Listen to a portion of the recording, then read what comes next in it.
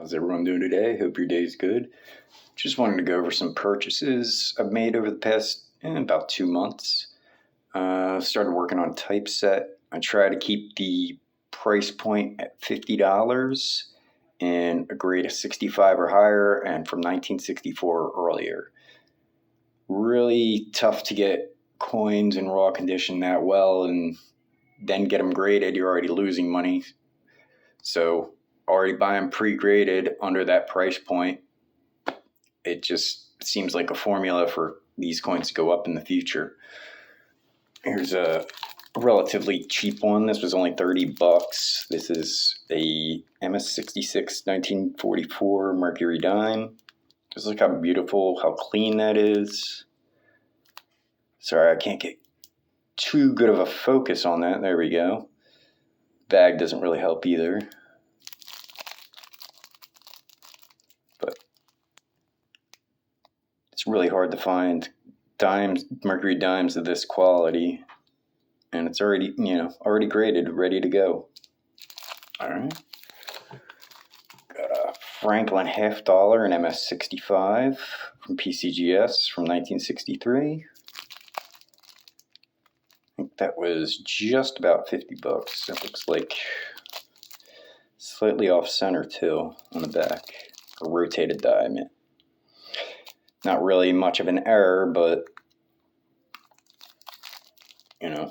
just things I notice. You always want to notice if you have a rotated die.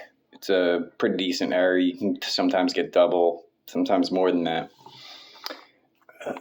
Here's an Indian head. This one's actually, I paid a little extra for this one. I got it on an auction. It does have toning. It's tough to see. It's got a little brown. I'm sorry, brown. The coin is brown. I mean, purples, reds, see a little bit there. The reverse, yeah, there you go. Got that oil slick going on. This, I didn't really pay for the toning. I pretty much paid for the price of the coin. It's a MS64 brown, Indian head, 1901.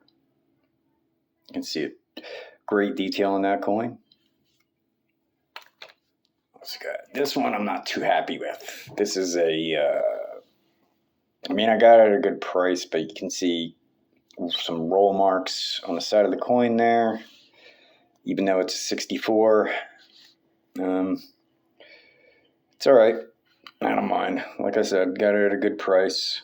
And maybe I'll replace it with something better. Maybe go for a 65 next time. Now, this one was super cheap. This was I got this on auction for $10. It's a MS66 1954 wheat penny. It's a $10 for a wheat penny in 66, graded by NGC. I mean, where are you gonna find a wheat penny that nice, raw, and then you would obviously want to get something like that graded, but it wouldn't be worth it. All right. What else we got here? Ooh, we got a buffalo head in MS66. It also has some toning. It's like a light purple across it. It's kind of hard to see. See if I can get better on that. Nope, not really. There we go. Kind of see the toning better in that angle. All right. This one's pretty expensive. This is a 1799 silver dollar. I tried to get it slabbed by CAC, but it's polished, so they wouldn't slab it, unfortunately. But at least I have the paperwork in the box, so at least people know it's been to CAC. All right, I've been stepping into vintage as far as my cards go. I've been realizing that, wow, vintage pops are really low, very low. And these cards are just works of art.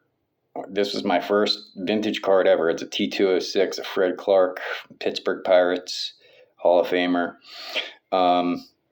Obviously, not the greatest condition. It's a 1 by SGC. So you get that in there. I don't know. I've very few collectibles I bought, and I just wanted to stare at, even though the card is in, it's a one. It's not the greatest condition. It's just vintage has done something to me. So I think I'm going to be sticking with vintage from now on. I don't see the point in buying modern cards. I even pre-80, probably the earliest card I'll probably plan on getting is a Gretzky rookie.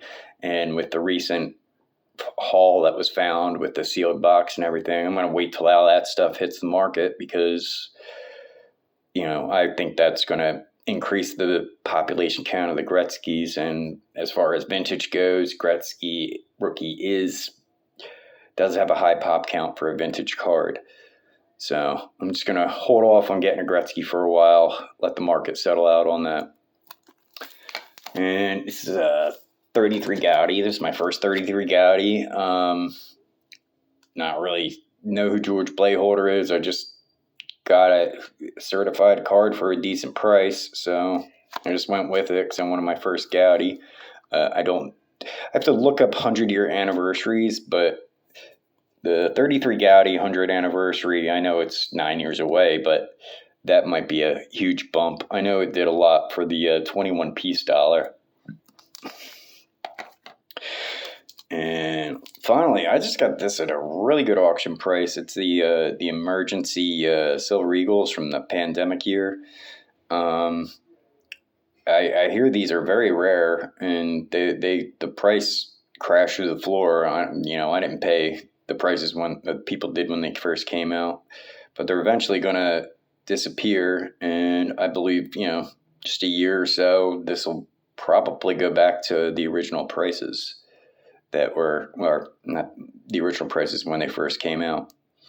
So anyway, that's all. I just wanted to show you guys what I had coming in recently, what I've been buying.